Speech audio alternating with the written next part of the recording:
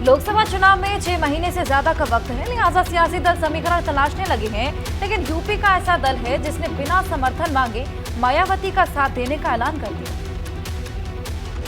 कार्यकर्ताओं के नारों से साफ है कि महान दल अब मायावती को महाविजय दिलाने का संकल्प ले चुका है, वो भी बिना कोई शर्त के, बिना गठबंधन के। दरअसल महान दल के अध्यक्ष केशव देव मौर्य ने लखनऊ के इंदिरा गांधी प्रतिष्ठान में कार्यकर्ता सम्मेलन बुलाया था, जिसमें केशव देव मौर्य ने कार्यकर्ताओं को साफ तौर पर निर्देश दिया कि 2024 के चुनाव में बसपा के लिए लोगों से वोट मांगे। महान दल के स्टैंड के पीछे उन्होंने वजह बताई।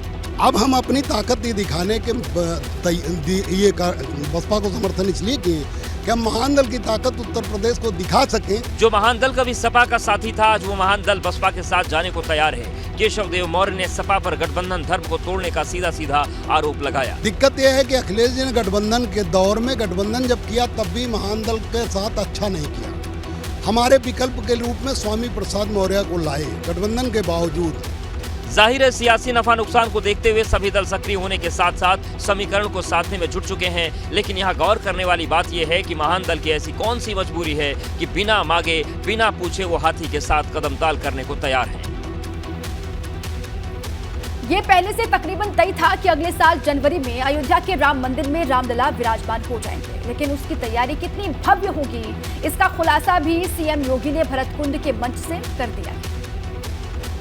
अयोध्या दौरे के दूसरे दिन सीएम योगी ने राम मंदिर निर्माण को लेकर सबसे बड़ा ऐलान कर दिया। सीएम योगी ने खुले मंच से कहा कि जनवरी 2024 में पीएम मोदी मंदिर का शुभारंभ करेंगे। इस मौके पर दीपोत्सव मनाया जाएगा, जिसमें 21 लाख दीपक जलाए जाएंगे। दीपोत्सव का अलग आनंद इस बार दीपोत्सव होगा, तो भाइयों बहनों लक्ष्य रखिए 21 लाख दीप प्रज्वलित होंगे अयोध्या के अंदर, 21 लाख दीप। भरतकुंड की सभा को संबोधित करते हुए सीएम योगी ने बताया कि अयोध्या में 32,000 करोड़ की परियोजनाओं के कार्य हो रहे हैं। इतनी परियोजना देश के किसी भी एक शहर में नहीं चल रही होगी। जिस दिन ये कार्य जमीनी धरातल पर उतरेंगे, अयोध्या दुनिया की सबसे सुंदर नगरी होगी। भाइयों बहनों, जिस दिन 32,000 करोड़ रुपए की परियोजना के कार्य जमीनी धरातल पर उतरेंगे, अयोध्या दुनिया की सुंदरतम नगरी के रूप में रहेगी। भरतकुंड की सभा से पहले सीएम योगी ने मणिराम दास जी की छावनी में महंत नृत्य गोपाल दास से मुलाकात कर उनका हालचाल जाना। साथ ही श्री राम जन्मभूमि ट्रस्ट के महासचिव चंपत राय से मुलाकात कर उनका हालचाल लिया। इस्लामिक शिक्षा के लिए दुनिया में मशहूर केंद्र देवबंद दारुल उलूम ने नया फरमान से बखेड़ा खड़ा कर दिया। दारुल उलूम ने एक फरमान जारी कर निर्देश दिया है कि दीनी तालीम के दौरान उर्दू, अरबी और फारसी के अलावा किसी और भाषा, मसलन अंग्रेजी की शिक्षा न ली जाए।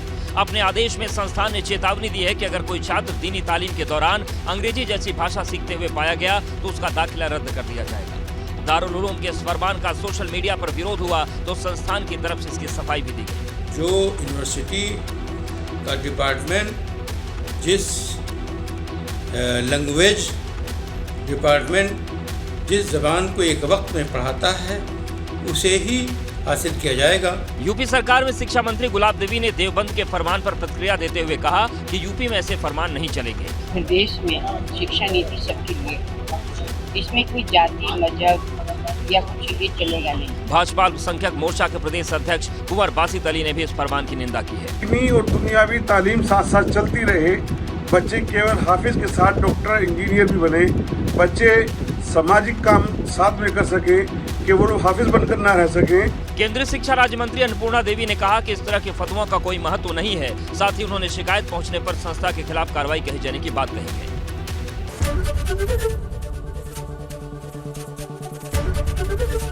एबीपी गंगा, खबर आपकी, जुबान आपकी।